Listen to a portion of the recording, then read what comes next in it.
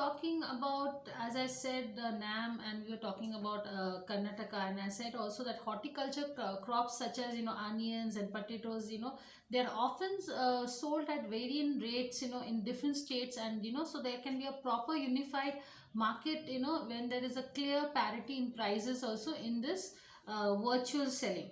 Now, a farmer in North India can sell his produce on the NAM to a trader in the west or south. He doesn't need to move, and whatever is the significant difference will become the state or the national price. Okay, so one state can purchase from the another state also. But yes, there were some criticisms, and let us see the criticisms. Okay, so criticism of NAM. Okay, so definitely the buyers will gain a lot from this portal, and the most of the farmers will not take their crops to the mandis, but they will sell off to the local, the mandi people or the wholesalers. Okay, so now because of this, so sometimes they are not virtually very good. Also, software also, most of the farmers are not adapted to it. Okay, so then there is a distance between the buyers and the bidders also. Okay, but for this, the National Sample Survey Offices, that is called as NSSO, recently, this is an information, released some aspects of farming in India, where they have given some survey and they have told also, and it shows in this report that almost 85%, okay, of coconut growers, okay, selling their produce to the retailers and the dealers in the immediate neighborhood. So nobody is basically going virtually, they are all selling to the retailers or their near neighborhoods. Okay, and this ratio is again the same thing, is 50%. So nobody is going directly or going online. And so the survey data also provides that there is a possible reason that why most farmers lack the flexibility to even take their crops to the mandis. Okay, now the survey data indicates that the farmers can procure most of the fertilizers, then fodder, and then credit for seasonal agricultural operations from the local bania or the businessman or the seller. you know and the biggest challenge is uniformity. Okay, and rationalization in taxes is also a very big problem. So essentially the farmers cannot do away with these agents, so agents are plenty are there, so there must be more of a transparent system. Okay, and even if you talk about AMC, that is also APMC is also politically dominated market. Okay, and these traders, who are under the APMC market, they own their large tracts of lands themselves. Okay, so this nexus or this groupism should stop. Okay, so way forward, obviously ENAM is going to become a game changer for agriculture, but states need to promote this APMC laws also. Okay, and they have to see that these old laws of APMC laws should change and should amend also according to the time. Okay, so farmers can greatly benefit if they can bypass the local banias or the small dealers in the nearby neighborhoods. Okay, so in order to reduce the role of a village bania in the life of a farmer, we need to improve the structure of the formal source of credit, fertilizers and other agriculture inputs. So while if you see, ENAM can bring together both the buyers and seller at a virtual space, in order to have an adequate physical connectivity between the farmer and the retailer, which is a necessity if virtual deal needs to be transferred in an actual deal. But there must be also some facilities such as rural infrastructure like roads, then warehouses and cold storage infrastructure needs to be improved simultaneously. Then only NAM will be a success. Okay, now let us now go a little bit deeper in the major cropping patterns in our country, and let us understand the situation of Indian agriculture. Okay, so let me write down here.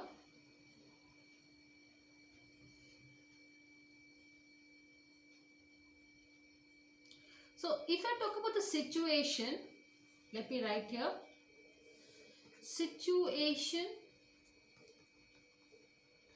of Indian agriculture.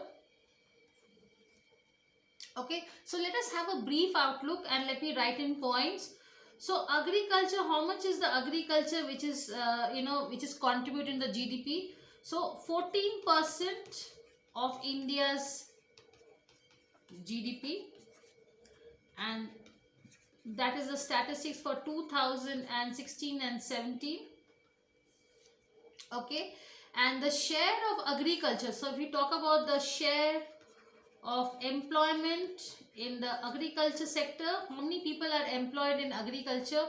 So that comes to 54%. That's a big amount in 2016 and 17. But just look at the contribution, it's only 14%, but people who are employed in agriculture is 54%. Okay, another thing, so basically if you talk about Indian agriculture, it is dominated by small marginal farmers. So it is dominated by small marginal farmers. Okay, and if you talk about the size, so the size of land is also very small. The average, if you talk about the average size of land, is less than 2 hectares. So most of the Indian farming, that means if you talk about the small lands and land holding size, you can understand that the practice is subsistence, just for the bare minimum amount of income they want to do, and that is why the subsistence is done. Okay, so you can understand this. Okay, and the Indian agriculture, although it remains the largest employer of the female labor force. So female labor force in India is mostly adapted to agriculture, and if you see also the female, it is basically 65%. So 65% labor force is in agriculture is dominated by the female. Okay, let us continue some more relevant points. Now, the Indian agriculture suffers from the twin problem of low productivity and excess workforce employed in it. So there is a low productivity and there is no per capita productivity of workforces also very, very low. Now what is, because of this, what happens is there is a wages are very low and hence there is high poverty. Okay, and if you talk about agriculture trade also, so agriculture trade is also declining. Okay, but still if you say there is 10% share in India's total exports. So out of 100%, only 10% comes from agriculture. So compared to the high growth in the other sectors of the Indian economy, the performance of the Indian agriculture remains to be very, very erratic and very poor due to the slow and erratic growth rates. Okay, and if you see the average growth rate also, let us see the average. Let me write it down. So average growth rate is only 2%. So at such a low grade growth rate of the agriculture, it is impossible to uplift the millions of rural poor out of poverty. So the agriculture sector in India has definitely undergone very limited liberalization policy, and the state also plays a very predominant role in the Indian agriculture. But there is this concerns about this food security and poverty with respect to the second largest population in the world, where the government has to remain strongly involved in regulation, the India's agriculture through fixing prices and giving the benefits of key agriculture products at the farm and consumer levels. So there must also be high border protection, so there must not be any smuggling, and there must be bans on or supports for exports and massive subsidies. So subsidies, I had explained to you in the previous class that subsidies is very very important, but at the same time too much of subsidies is not good. Okay, and the government should also provide with a lot of fertilizers and electricity and water. Okay, so the Indian agriculture remains one of the highly subsidized sector of the economy. And now let us see the total food production. So let me just delete this. So the total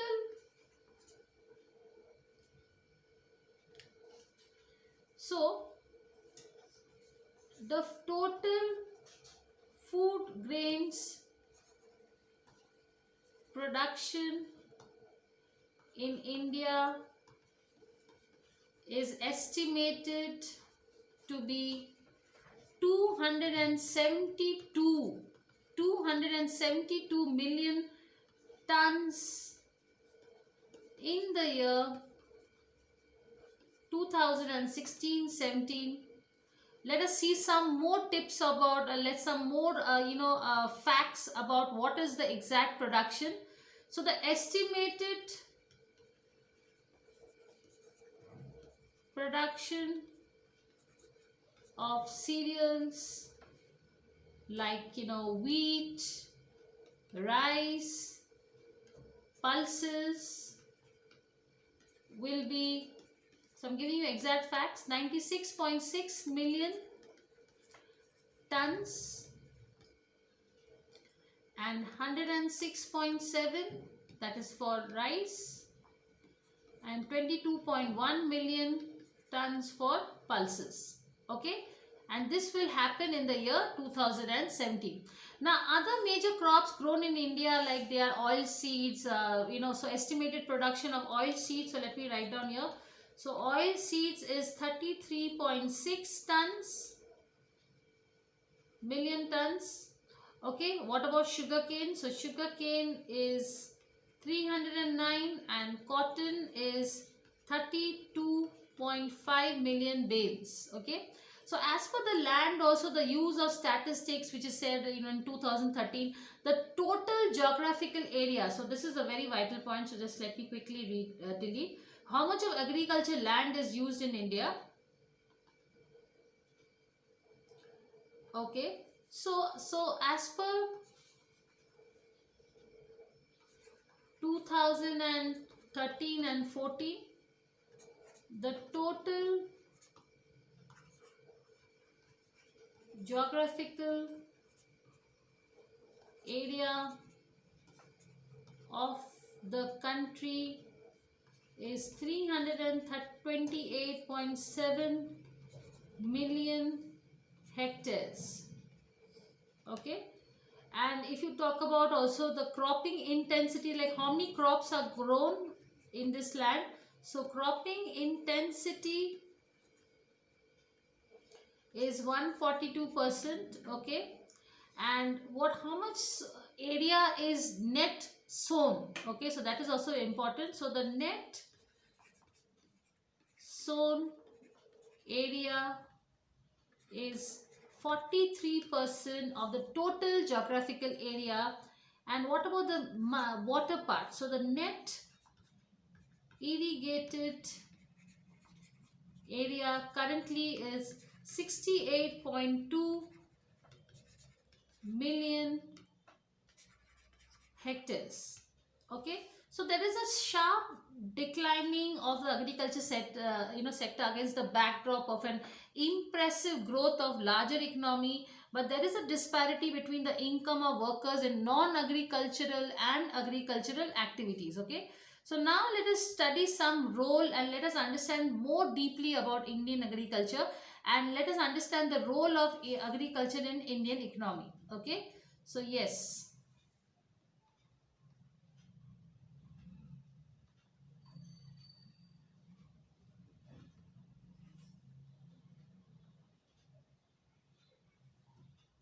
Okay. Okay, so role. You can also say contributions or role of Indian agriculture.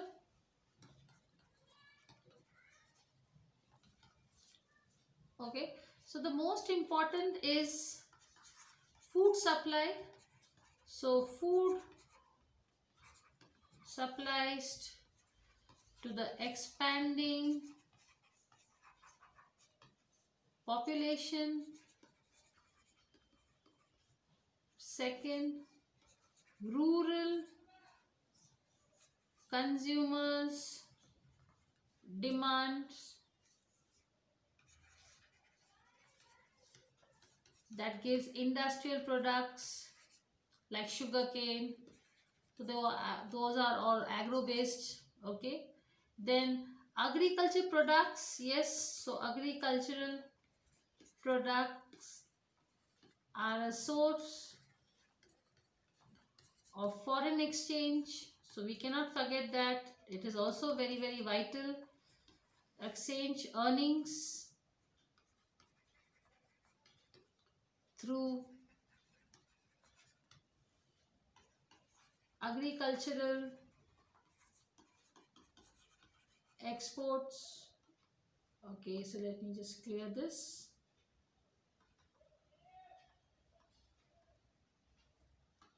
Okay, yes, it is the largest employer because agriculture sector, most of the people are employed here, so largest employer. So we cannot eradicate agriculture. It provides raw material to industries. Okay, it gives surplus labor from agriculture. So surplus labor from agriculture, the most of the laborers in India are from agriculture background. So surplus labor from agriculture migrates to industry. So that is the current situation. And if you remember during the lockdown, how many migrant workers we had to send. Okay, and yes, agriculture also helps in poverty reduction. So that is also very very important. Apart, so these are basically a growing agriculture sector is a very important dominant thing for the development of India, and it is needed to feed the millions of people, as I told you. So agriculture sector has very high growth rate of above 4% in order to sustain the pressure of high population. Okay, so a growing agriculture sector controls even the inflation because it increases the food supplies, and agriculture raw materials keep the prices down, so it becomes stable, so the market also becomes stable, so this way inflation is avoided. And the agriculture sector also has an important backward, it has a very simultaneous linkage with industrial sector also. So the rural consumers are an important source of demand for these industrial goods. Okay, so this is also very very important. Okay, now cropping patterns in India, as I told you also that if you're talking about cropping pattern, so let me write down here also cropping pattern in India.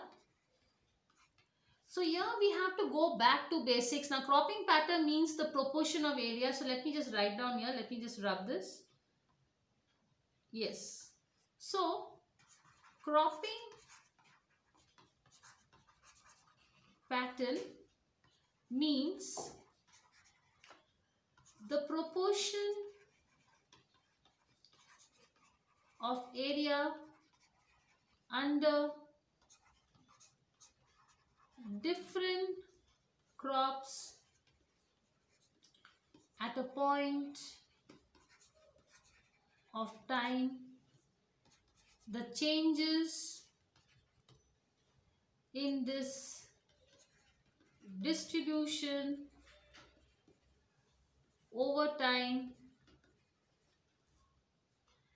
and factors determining, so the factors which are affecting these changes. Okay, so these changes, so let us see what are these changes. Now cropping pattern in India is determined mainly, so let us see, it is determined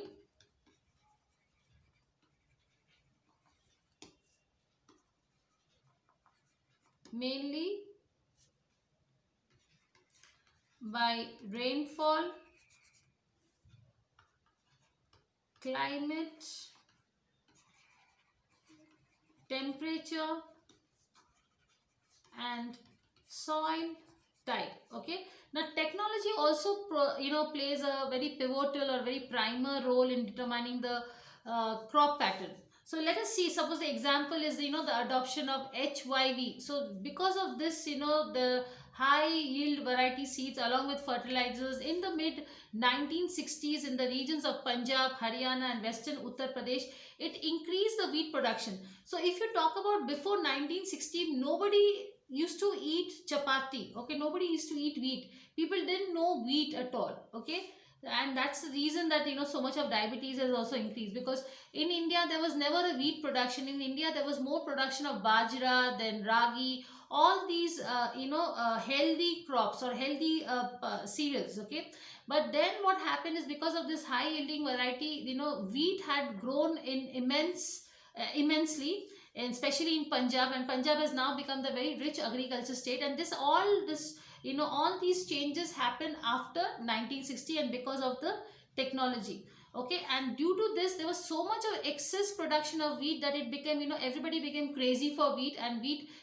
people became the fan lovers of wheat. Okay, so everybody forgot about ragi, bajra and jowar, all these things. Okay, and this is the way that wheat became a staple diet in the Indian family along with rice. Okay, so that is because in these regions like say Punjab, Haryana and western Uttar Pradesh, the increase of wheat production was increased significantly. Okay, so the multiplicity of this cropping system has been one of the main features of Indian agriculture.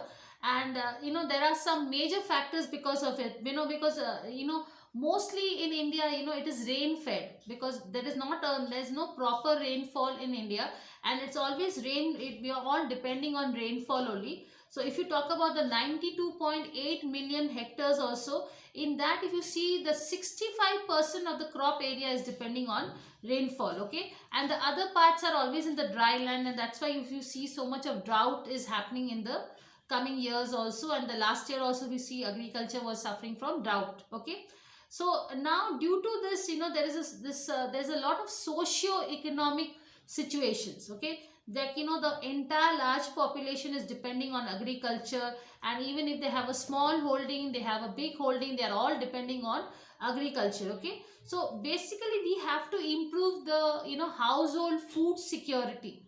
Okay, and this is very important for millions of farmers in India, which has a major portion of the entire contribution to the Indian population. Okay, so that is why this crop production in India remains to be a very dominant factor. And by large, for commercial activities also, that cropping pattern is very important, and that is to be understood. Okay, so now let us understand what are the factors which are determining the cropping pattern in India.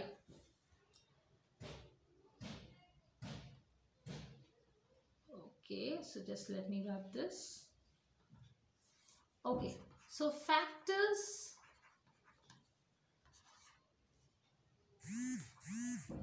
determining the cropping pattern in India. Okay, so we will see this first.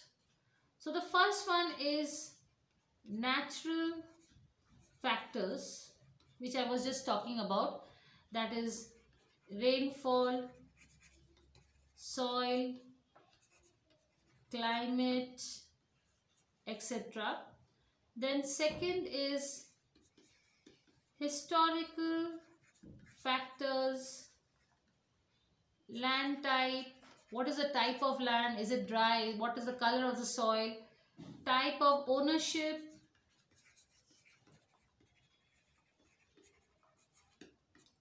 land tenure system, what kind of tenure system it is. So land tenure, or what kind of land tenure system is prevailing in the state.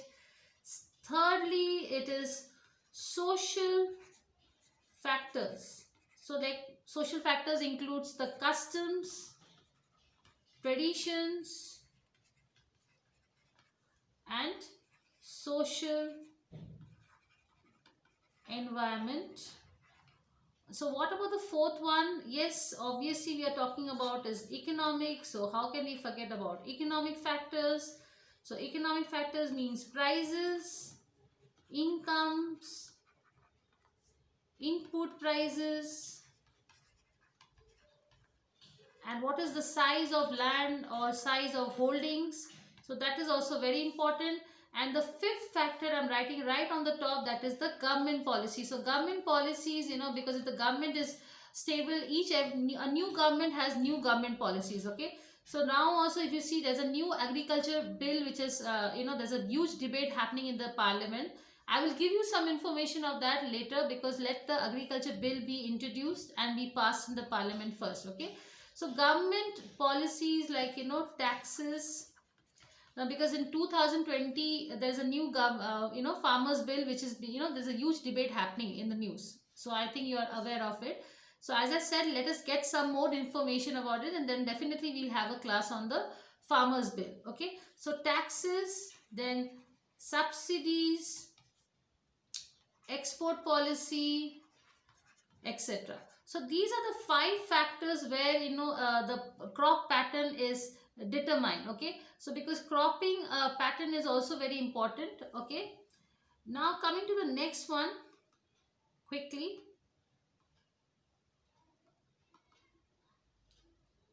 Okay, so now I will talk about is how is the cropping pattern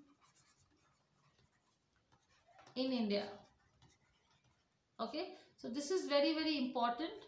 So first of all, in the center is your key crops or key crops. Okay, so the first one is food grains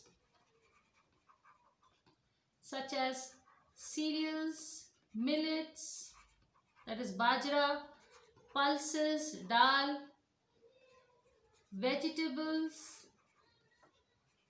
fruits. So this covers the 3/4 of the total cropped area. Okay, now the next one, rice. Yes, so rice is the most important food crop in India, because it is grown 1/3 of area under food production. So most of the states, the rice is a staple diet. Okay, so rice is the most important food crop in India. The second most,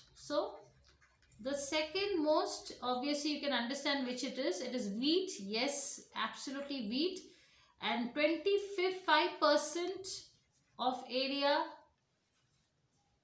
is under the food production of wheat. Yes. Then let us talk about the next thing. It is the combined area. So the combined area in that, so 1/3 is rice, 25% is wheat, and the other combined area is coarse cereals, jowar, bajra, maize, that is corn, ragi. Okay, so here the total production is 22 million hectares. Okay, and yes, now talking about the commercial crops. Okay, so let's talk about the major commercial crops in India. I think your guesswork is absolutely right. It is sugarcane, cotton, and jute. So these are the major commercial crops in India. In the next class, I will tell you about the 30 most cropping patterns in India. So till date, please revise, and I will see you in the next class very soon. Take care. Bye.